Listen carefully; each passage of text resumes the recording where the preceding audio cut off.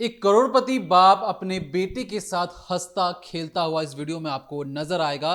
दूसरी तस्वीर में वही पिता अपनी बीवी के साथ शादी वाली फोटो में आपको दिखाई पड़ रहा होगा। कहानी में बहुत ज्यादा भयंकर ट्विस्ट है, क्योंकि ये जो फोटो में दिखने वाली जो बीवी है, जो उस 4 साल के मासूम की मां भी है, उसने इस तरीके से अपने पति अपने बेटे का गला घोटा कि वो सांस तक नहीं ले पाए और कमरे में खड़े होकर अपने बॉयफ्रेंड को इशारों इशारों में बता रही थी कि किस तरीके से ये जो बच्चा चीख रहा है उसकी आवाज को तुम्हें बंद कर देना है। बच्ची को मारने से पहले बच्चा गवाह बनता है कि किस तरीके से उसकी क्रूर मां अपने ही पति को मार रही है उसी के आंखों के सामने। बीवी को दिक्कत इस बात से थी कि जो पति है इससे मुझे मोहब्बत नहीं है, इससे मुझे प्यार नहीं हो रहा, और उस करोड़पति के घर के अंदर 2 अलग अलग कमरे बनाए जाते हैं और इसके पीछे की जो कहानी वो भी बताएंगे इस डिकोडिंग क्राइम के जरिए। लेकिन जब मर्डर हो रहा था उस 4 साल की मासूम की आंख खुल जाती है और खुलते ही वो देखता है कि मां और मां का जो एक बॉयफ्रेंड है उस कमरे में खड़े होकर मर्डर कर रहा है। मां ने भी कुछ नहीं सोचा, उसे लगा कि इस बच्चे ने किस तरीके से देख लिया मेरी हैवान और शैतान रूप, इसे भी मरना होगा, और फैसला करती है कि बाप को तो मार डाला, अब बच्चा भी इस दुनिया में नहीं रहेगा। बताएंगे कि किस तरीके से एक औरत, एक मां जब सोचती है कि मुझे परफेक्ट मर्डर क्राइम करना है तो उस घर के तमाम इलेक्ट्रॉनिक डिवाइसेस को वो बंद कर देती है और बड़े इत्मीनान से रात के घुप अंधेरे में एक शख्स को उस घर के अंदर बुलाया जाता है, कार शेड के नीचे छुपाया जाता है, और समय देखकर जब हर कोई सो जाता है, घर की लाइटें बंद हो जाती हैं, तब वो फैसला करती है कि मेरे घर पर आज कत्ले आम होगा। क्या है पर्दे के पीछे वो रोंगटे खड़े कर देने वाली कहानी, जानेंगे इस डिकोडिंग क्राइम के जरिए। ये बेंगलुरु का चिक्का बनवारा इलाका है, एक पॉश एरिया है जहां पर आप देखेंगे तमाम लोगों की भीड़ लगी हुई है, पुलिस की टीम यहां पर मौजूद है। और ये जो आप एक घर देख रहे हैं, 3 स्टोरी बिल्डिंग देख रहे हैं, ये करोड़पति अभिनंदन की है, जो अपनी पत्नी हरिणी और अपने 4 साल के बेटे के साथ इसी घर में रहा करते थे। लेकिन वो नहीं जानते थे कि जिस घर की आप ये जो तस्वीर देख रहे हैं, जहां पर आपको दिख रहा होगा अंदर कि किस तरह से एक फ्रेम रखा हुआ है जिसमें कपल की तस्वीर है, बगल में बच्चे की तस्वीर भी रखी हुई है, यही माँ इतनी क्रूर निकलेगी कि ये पहले अपने हस्बैंड का कत्ल करेगी और उसके बाद अपने ही हाथों से अपने 4 साल के बच्चे का गला दबा देगी। 16 अगस्त की रात, यानी कि आप यूं समझिए इतवार का दिन, और करीब करीब बज रहे थे रात के 9। ये जो घर देख रहे हैं, इसी घर के लिविंग रूम में सोफे पर बैठकर 34 साल के अभिनंदन अपने 4 साल के बच्चे के साथ टीवी पर बिग बॉस देख रहे थे। काफ़ी समय बीत जाता है और इसके बाद खाना पानी होता है। खाना खाने के बाद करीब 11 बजे के आसपास जो अभिनंदन है वो अपने बच्चे को लेकर अपने कमरे में चले जाते हैं और इसके बाद वो सोने की कोशिश करते हैं। पहले बेटे को सुला दिया जाता है और इधर अभिनंदन भी जो है वो सोने की कोशिश करते हैं। इसी दौरान ये जो पत्नी थी, जो इसी घर में अपने पति से एक दूसरे कमरे में, यानी दोनों अलग अलग रहते थे, इस घर में कई सारे कमरे हैं, एक में पति रहते थे और दूसरा कमरा बीवी ने ले रखा था जो अपने पति से अलग रहती थी। अब इनके अलग होने की भी क्या कहानी वो भी आपको बताएंगे, लेकिन उससे पहले ये जानिए कि शातिर औरत के दिमाग में क्या चल रहा था और कैसे इसने पति का कत्ल किया। अब जब एक तरफ कमरे में अभिनंदन सो जाते हैं, ये जाकर जब चेक करती है तो सब करीब करीब 11:15 के आसपास ये अपना फ़ोन उठाती है और विनय नाम के एक शख्स को कॉल करती है। विनय कौन? दरअसल इन मैडम का बॉयफ्रेंड। ये उसे कॉल करती है और कहते हैं कि फटाफट मेरे घर आ जाओ। कुछ समय बाद जो विनय है करीब करीब 11:30 के आसपास इनके घर के बाहर आ जाता है। अब पति जो है वो दूसरे रूम में था, उसे नहीं पता बीवी बाहर क्या कर रही है। बीवी जो है चुपचाप नीचे आती है और ये जो आप एरिया देख रहे हैं जहाँ से पुलिस वाले एंटर कर रहे हैं, राइट साइड पर सीढ़ियाँ जाती हुई नजर आ रही होंगी और अंदर जैसे जैसे गए साइड में तो आप देखेंगे कार रखी हुई है। तो ये जो कार शेड है, यानी जहाँ पर कार रखने का पूरा एरिया है, इसी एरिया में ये लाती है अपने बॉयफ्रेंड को और चुपचाप छुपा देती है कार के पीछे। कहती है कि जब तक मैं तुम्हें इशारा ना करूं, जब तक मैं तुम्हें ना बुलाऊं, तब तक तुम ऊपर मत आना। अब जो बॉयफ्रेंड है वो करीब 40 मिनट तक इसी एरिया में छिपा रहता है और इसके बाद बीवी ऊपर चली जाती है, नॉर्मल ढोंग करती है। जो बच्चा है वो जाकर चेक करती है कि सो गया है कि नहीं सो गया, और पति को भी चेक करती है। अब सोचिए 40 मिनट के दरमियान ये जो हरिणी है ये करीब 3 बार अपने पति के कमरे में चुपचाप जाती है और ये चेक करती है कि उसके हस्बैंड सच में सो गए हैं या फिर नहीं। अब जब वो पक्का कर लेती है कि इतनी बार मैं अंदर गई, मैंने सामान भी इधर-उधर किया, उनकी जो आँख है वो नहीं खुली, यानी कि मेरा जो पति है वो सो गया है। अब मैं अपना अगली चाल यानी अपना अगला प्लान जो है उसे एग्ज़ीक्यूट कर सकती हूँ। इसके बाद ये अपनी जो इसका बॉयफ्रेंड विनय नीचे छुपा हुआ था उसको बाकायदा फ़ोन करती है और कहती है चुपचाप सीढ़ियों के द्वारा ऊपर आओ। अब जैसे ऊपर आता दरवाज़ा खोलती है और उसे चुपचाप अपने कमरे में लेकर चली जाती है। अब यहाँ पर ये मैडम क्या करती हैं, ये जानती थी कि इन्हें अपने पति का कत्ल करना है, अपने बेटे का कत्ल करना है, इसीलिए पहले से ये 2 ग्लव्स के पीस जो है यानी 2 पेयर जो थे वो खरीद कर ले आई थी, पहले ही प्लानिंग कर रखी थी। ये जानती थी कि इसे अपने हस्बैंड को गला दबाकर मारना है और फिंगरप्रिंट्स यानी हाथों के निशान, उंगलियों के निशान ना आए, इसीलिए ग्लव्स खरीद लाई थी और वो ग्लव्स अपने बॉयफ्रेंड को देती है, खुद भी पहनती है और इसके बाद चुपचाप अपने कमरे से निकलकर अपने पति के कमरे में चली जाती है। जाने के बाद सीधे विनय इशारा करता है और बताता है कि उसे क्या करना है। फौरन हरिणी जो है वो अपने हस्बैंड अभिनंदन का पैर पकड़ लेती है और तुरंत विनय जो है वो अभिनंदन के यानी कि जो हरिणी थी उसके पति की छाती पर बैठकर उसका गला दबाना शुरू कर देता है। गला इतनी तेज दबाया जाता है कि आप यूँ समझिए अभिनंदन जो था उसकी आँख खुलती है, वो देखता है किस तरह से सामने उसके चेहरे के सामने एक शख्स बैठा हुआ है जिसे वो जानता भी नहीं, और पीछे जब देखता है तो पता लगता है उसके पैर जो है उसी की पत्नी हरिणी ने पकड़े हुए हैं। वो लगातार लड़ने की कोशिश करता है, खुद को बचाने की कोशिश करता है। इसी आपाधापी में मारपीट भी होती है, चोट भी लगती है। अभिनंदन के गले से खून आता है, कान के एरिया से खून आने लगता है, लेकिन वो जो विनय था वो इस कदर हावी हो गया था उस सोते हुए शख्स पे कि वो चाहकर भी खुद को बचा नहीं पाता और लगातार गला दबाता रहता है जब तक अभिनंदन की सांसें रुक नहीं जाती है। अब जैसे अभिनंदन की सांसें रुकती है, उधर जो माँ थी जिसने पैर पकड़े थे, आप सोचिए उसकी नज़र पड़ती है कि बगल के बिस्तर यानी बेड पर जो बच्चा सो रहा था 4 साल की, उसकी नींद खुल गई और वो रोना शुरू कर रहा है। मतलब उस बच्चे को भले समझ ना आ रहा हो कि उसकी माँ क्या कर रही है, लेकिन उसे ये ज़रूर दिख रहा था कि उसकी माँ ने उसके पिता के पैर पकड़े हुए हैं और एक आदमी उसके पिता का गला यूँ कहें कि उनके शरीर पर चढ़ा हुआ है। बच्चा ये सब देखकर रोना शुरू करता है। एक तरफ पिता की मौत हो गई है, दूसरी तरफ बच्चा रो रहा है। तो जो माँ थी वो फ़ौरन अपने बच्चे को देखती है 4 साल की, और ना सिर्फ उसे चुप कराने जाती है बल्कि वो माँ जो है वो फ़ौरन उस बिस्तर पर चढ़ती है, अपने बच्चे को गोदी में लेती है। बच्चे को लगता है कि माँ है, माँ प्यार देगी, लेकिन माँ क्या करती है, फ़ौरन उस बच्चे का गला दबाना शुरू कर देती है। अपने ही हाथों से हरिणी अपने 4 साल के बच्चे का गला उसी बिस्तर पर दबा रही थी जहां उसने अपने पति का कत्ल किया। बच्चे को भी मौत के घाट उतार देती है। इसके बाद जब विनय उससे पूछता है कि तुमने ये क्या किया, हम तो सिर्फ तुम्हारे हस्बैंड को मारने आए थे, इस पर वो जवाब भी देती है। उसकी आंखों में कोई आंसू नहीं था, कोई दुख नहीं था, वो सिर्फ इतना कहती है कि अगर मैं इसे नहीं मारती तो हम दोनों कभी साथ नहीं हो पाते, ये प्रॉपर्टी हमारी नहीं हो पाती। अगर मैं अपने 4 साल के बच्चे को नहीं मारती तो कल को अगर पुलिस आती या इसके परिवार वाले होते तो बच्चा कभी भी कुछ भी बक सकता था, कुछ भी ऐसा बोल सकता था जिससे जो हमारी पूरे राज है वो खुल जाता और हम पकड़े जाते। इसके बाद विनय भी कहता है कि तुमने बहुत बढ़िया काम किया अपने बच्चे को मारकर। सोचिए उस माँ को शर्म भी नहीं आई, उसने अपने बच्चे को उन्हीं हाथों से मारा जिससे वो तक पाल रही थी। ये सारी चीज़ें हो जाने के बाद ये जो मैंने आपको पूरा वाक्य बताया 16 अगस्त रात 10 बजे के आसपास शुरू होता है। बॉयफ्रेंड को बुलाया जाता है, पति को देखा जाता है कि सो रहा है कि नहीं सो रहा। 17 अगस्त लग जाता है, 12 बजे के आसपास पूरा कत्ल जो है, 2 मर्डर हो जाते हैं घर के अंदर, उसे अंजाम दिया जाता है। इसके बाद यही बीवी अपने बॉयफ्रेंड को इसी घर से चुपचाप बाहर भेजती है।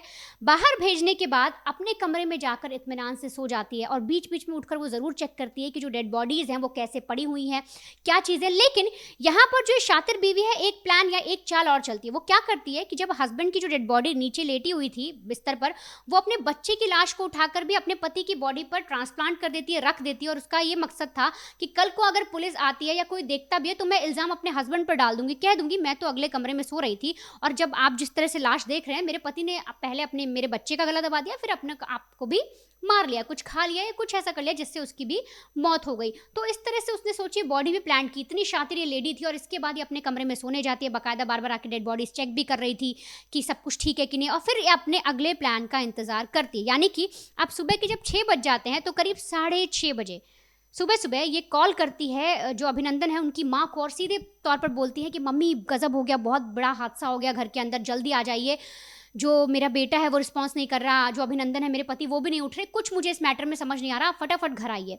अब जब माँ वहाँ पर पहुँचती है, रिलेटिव्स पहुँचते हैं जब ये सारी चीज़ देख के, तो वो सोचते हैं कि अस्पताल लेकर जाएं। लेकिन जैसे वो कमरे में दाखिल होते हैं उन्हें दिखता है कि जो उनका बेटा अभिनंदन है 34 साल का, यानी हरिणी का पति, उसके कान से खून लगा हुआ है, ब्लड लगा हुआ है और दीवार पर भी उन्हें ब्लड के निशान मिलते हैं। जो छोटा बच्चा है 4 साल का, उसकी बॉडी भी कुछ उन्हें समझ नहीं आती, देख के उन्हें लगता है कि इस औरत ने ही कुछ किया है। अब यहाँ पर सीधे तौर पर पुलिस को बुलाया जाता है क्योंकि सबको उम्मीद थी कि शायद वो रिस्पांस नहीं कर रहे, हॉस्पिटल ले जाया जाए, शायद वो ठीक हो जाए, कोई ऐसी बीमारी हो गई हो, कुछ हो गया हो। लेकिन जब माँ और सारे रिश्तेदार देख लेते हैं कि खून निकला हुआ है, सांसें नहीं चल रही, यानी मौत हो चुकी है, तो पुलिस जब आती है तो पुलिस को ये जो बीवी है ये सेम कहानी बताती है कि देखिए मैं तो अगले कमरे में सो रही थी, मैं अपने पति से अलग रहती हूँ, वैसे भी मेरा दूसरा कमरा है, आप चाहे तो कुछ और देख लीजिए, सीसीटीवी चेक कर लीजिए, जो कर सकते हैं आप करिए, मेरा कोई रोल है ही नहीं, आप मुझे क्यों परेशान करें। तो पुलिस को भी लगता है कि हाँ, हो सकता है ये महिला जो हरिणी है वो सही बोल रही हो, पिता ने ही ऐसा कोई कदम उठा लिया, घर में इतनी लड़ाइयाँ चल रही थी, बीवी के साथ चीज़ें ठीक नहीं थी, उसने अपने बेटे को मारा और खुद भी मौत के घाट पर उसने अपने आप को उतार लिया हो। लेकिन जब पुलिस को दिखता है कि खून के धब्बे मिलते हैं दीवार पर, जो अभिनंदन था उसकी बॉडी पर खून मिलता है, इसके अलावा जब सीसीटीवी चेक करने की बारी आती है तो पता लगता है प्लानिंग के तहत सीसीटीवी भी पूरी तरीके से गायब कर दिए हैं। अब आप आगे जानिए कि ये जो हरिणी बिलख बिलख कर रो रही थी, पुलिस के सामने ढोंग कर रही थी, इसकी एक एक करके पोल कैसे खुलती है, सीसीटीवी किसने गायब किए, कत्ल के बाद जो ये हरिणी थी इसका प्लान क्या था, और आखिरकार शादी हो जाने के बाद जो विनय है वो उसकी लाइफ में कैसे आया। हरणी के चेहरे पे जो आंसू थे उसे देखकर खुद मगरमच्छ भी शर्मा जाए, क्योंकि इसके जो आंसू थे, हर एक बहते आंसू के साथ वो एक्टिंग कर रही थी, और इस एक्टिंग के लिए उसने बहुत पहले स्क्रिप्ट लिख ली थी, और स्क्रिप्ट के अकॉर्डिंग हर एक चीज कायदे कानून के साथ आगे बढ़ती हुई जा रही थी। 2021 में दोनों की शादी होती है। महज 3 साल की शादी के बाद इनके बीच में मनमुटाव शुरू हो जाता है। मनमुटाव इस तरीके से बढ़ता है कि जो बीवी हरणी है वो एक रिलेशन में आ जाती है विनय नाम के एक शख्स के साथ 2024 में। अब झगड़े को लेकर बार बार हरणी उसे ये कहती कि मुझे तलाक चाहिए, आप किसी भी तरीके से मुझे तलाक दे दीजिए। जो पति है अपने रिलेशन को, अपने बच्चे को एक अच्छी जिंदगी जीना चाहता था, वो ये नहीं चाहता था कि उसकी बेटी पर ये लांछन लगे कि तुम्हारे माँ बाप अलग हो गए, तुम्हारे माँ बाप एक दूसरे से मिलते नहीं हैं। और इसी करोड़पति की 3 मंजिला घर पर एक ही फ्लोर पर 2 अलग अलग कमरे बने हुए थे। दोनों कमरों में ये लोग एक दूसरे से बातचीत नहीं करते थे, एक दूसरे को देखते नहीं थे। रोज सुबह ये हॉल में जरूर एक दूसरे को देख लेते थे, लेकिन इस तरीके से इग्नोर करते थे मानो वो पीजी में रह रहे हो या हॉस्टल में रह रहे हो। हाँ, ये जरूर पता था कि उस फ्लैट पर कोई दूसरा बंदा रह रहा है या साथ में कोई रह रहा है, हस्बैंड वाइफ जैसा कोई रिलेशन नहीं था। अब इस चीज को लेकर समाज में आपको दिखाना है कि आपकी शादी होगी, आपका रिलेशन अच्छा चल रहा है, इसलिए अक्सर ये फंक्शन में जाया आया भी करते थे।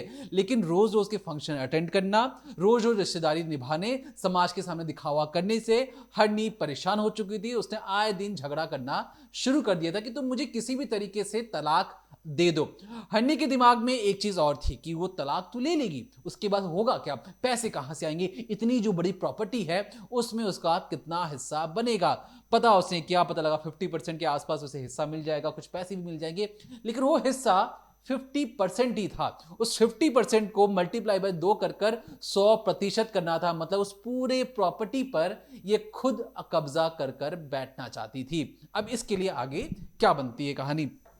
लगातार झगड़े से तंग आकर जो करोड़पति जो पति है ये पुलिस थाने जाता है, कहता है कि सर मुझे अपनी बीवी पर शक है, आप उसकी सीडीआर कॉल डेटा रिकॉर्ड निकालिए, पता कीजिए कि मेरी जो वाइफ है क्या किसी और के साथ रिलेशन में है, क्योंकि आए दिन घर पर कलेश और झगड़े करती है, मुझे ब्लैकमेल करती है, मैं इस चीज से तंग आ चुका हूं।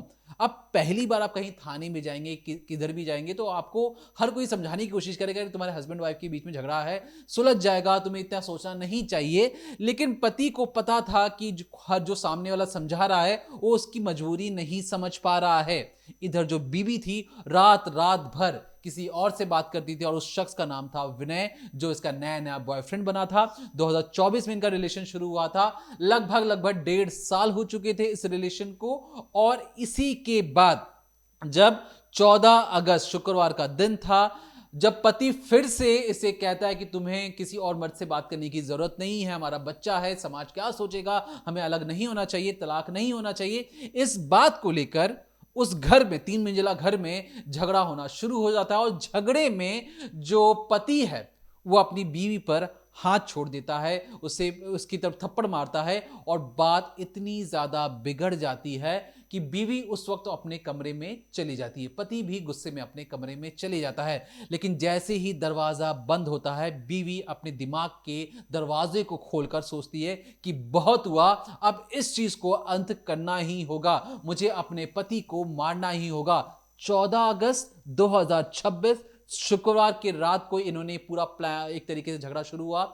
उसके बाद 15 अगस्त को ये क्या करती है, 15 अगस्त के आसपास ये फैसला कर लेती कि मेरे घर पर जो भी कोई आता है जाता है उसकी हर एक सीसीटीवी रिकॉर्डिंग होती है, तो पति को पता लग जाएगा कि घर पर कौन आया है कौन नहीं आया है। और इसलिए बड़े सावधानी से, ये सोचिए, इलेक्ट्रिकल डिवाइसेस जो भी थे घर पर, जो नजर रखते थे कि घर पर कौन आ रहा है कौन नहीं आ रहा है, उन सारे के तारों को काट देती, खराब कर देती जानबूझकर, ताकि पता ना लग पाए कि घर के अंदर कौन आया है।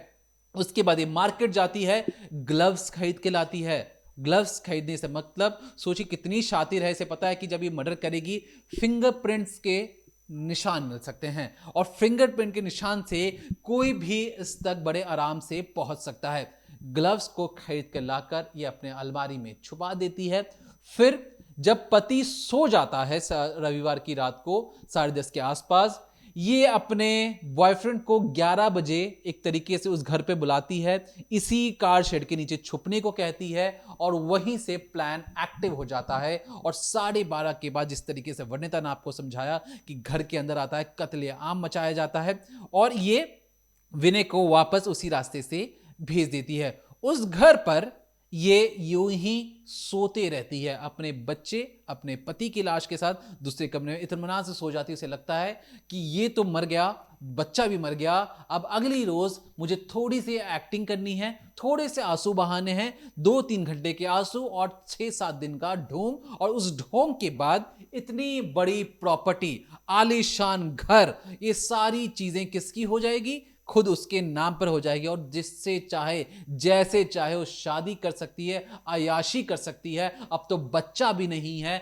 जो उसकी जिंदगी को आगे बढ़ने से रोकेगा। अब जब पुलिस वहां पर पहुंचती है तो पुलिस के सामने ढोंग शुरू हो जाता है कि देखिए ये मेरा झगड़ा हुआ था, ये मुझ पर शक करते थे, इन्होंने बच्चे को भी मार दिया, खुद भी अब इन्होंने अपनी जान ले ली है। लेकिन जब पुलिस उस कमरे में पहुंचती है तो उन्हें दिखाई पड़ता है कि जो हाथापाई हुई होगी, कान से खून निकल रहा है और कमरे की जो दीवारें हैं उसमें भी खून के छींटे हैं। अगर कोई अपने आप को मारने की कोशिश भी करेगा तो छींटे कुछ इस तरीके से नहीं जाएंगी, और मान लीजिए कहीं खून निकलता है तो कोई पोंछने की कोशिश भी करता है। अब यहां पर कहीं से भी देखकर यह नहीं लग रहा कि ये खुद ब खुद किसी ने मौत को चुना हो ये रास्ता। अब इसके बाद पुलिस को शक हो जाता है कि कुछ दिन पहले जो पति अपनी बीवी की शिकायत लेकर थाने जरूर आया था, तो उस वक्त तो पुलिस ने उतनी गंभीरता से इस मामले को नहीं लिया, लेकिन अब तो मौत हो चुकी है। इसके बाद जब पुलिस सीडिया की कॉल डेटा रिकॉर्ड निकालती है तो पता लगता है कि मैडम कई घंटों तक एक मर्द से बातचीत किया करती हैं। पुलिस जब जानकारी निकालने के लिए जाती है कि कौन है इस शख्स, तो पता लगता है विनय है। विनय कहां पर है, तो विनय भगोड़ा बन चुका है, लापता हो चुका है। विनय का कोई इस शहर में अता पता ही नहीं, ना उसके दोस्तों को पता है ना उसके घर वालों को पता है। अब ऐसे में जब सवाल किया जाता है बीवी से कि तुम जिस शख्स से बात कर रही थी मर्डर से एक रोज पहले, वो अचानक से गायब कहां हो गया, हमारे सामने फोन लगा के दिखाओ। अब यहां पर बीवी एक्टिंग तो करनी है, बीवी एक्टिंग करती है, अरे सरोज शायद कहीं बिजी होगा, मेरा तो अच्छा दोस्त था, आप तो गलत ही शक कर रहे हैं, शायद इधर कहीं गया होगा, फोन लग जाएगा। पुलिस कहती 2 नहीं 10 बार कॉल लगाओ। कॉल कैसे लगता, कॉल जानबूझकर छुपा दिया गया था। अब यहां पर जो बीवी है उसके से पूछताछ के बहाने थाने पर बुलाया जाता है।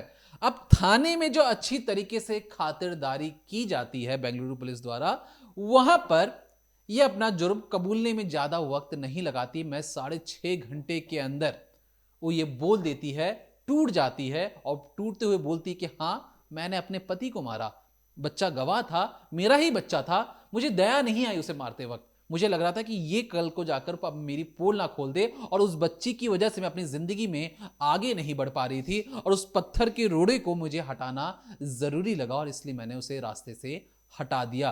पति को हटाया, बच्ची को भी हटाया, और साथ देने वाला कोई और नहीं, मेरा नया नया बना बॉयफ्रेंड था। लेकिन उस बीवी को नहीं पता था कि वो जो लड़का जो तुम्हारा नया नया बॉयफ्रेंड बना था उसे तुमसे प्यार नहीं था, उसे तुम्हारे पति की प्रॉपर्टी से प्यार था, उसे उस बच्चे से भी प्यार नहीं था, क्योंकि वो जो शख्स था, जो बॉयफ्रेंड था, वो बच्चे को मारने से पहले तुम्हें रोक सकता था, उसने वो भी नहीं रोका। और इस नासमझ बीवी ने प्यार में अंधे होकर अपने पूरे परिवार को खत्म कर दिया। अब उस प्रॉपर्टी में, उस करोड़पति के घर में कोई नहीं है जो उस प्रॉपर्टी को क्लेम कर सके। अब वो जो मां है जिसने कत्लेआम मचाया, सब कुछ कर डाला, अब वो क्या करेगी? ना ही पति बचा, ना ही बच्चा बचा, ना ही प्रॉपर्टी मिली। खुदा मां सलाखों के पीछे है, और जिसके साथ उसने साठ गांठ कर कर, लव अफेयर कर कर मर्डर किया था, वो शख्स तो फरार हो चुका है। वो खुद जेल से बाहर है, अपनी माशुका को फंसा चुका है, प्रॉपर्टी में उसने कत्लेआम मचा चुका है, और उसका मकसद ये था कि जब जब सब कुछ शांत हो जाएगा, वो किसी हीरो की तरह आएगा, विधवा का हाथ पकड़ेगा, उसके शादी करेगा, हर समाज वाला उसे एक्सेप्ट करेगा कि अरे देखो, इसने विधवा का हाथ पकड़ा है, यही इसकी जिंदगी का उद्धार कर सकता है, और इनकी जिंदगी आने वाले वक्त में बहुत अच्छी खासी चलने लगती, दौड़ने लगती। लेकिन इस पूरे कड़ी में पुलिस वालों ने जिस तरीके का इन्वेस्टिगेशन और उनकी जो पाकी नजर थी, उसकी वजह से इस केस को सुलझाया जा सका, और एक कातिल मां की जो सच्चाई थी, घिनौनी सच्चाई, वो बाहर आ सकी। तो हमें लगा कि इस खबर को आप तक पहुंचाना जरूरी है। तब तक देखते रहिए decoding crime, Monday to Friday शाम 7:30 बजे, ओनली ऑन क्राइम तक।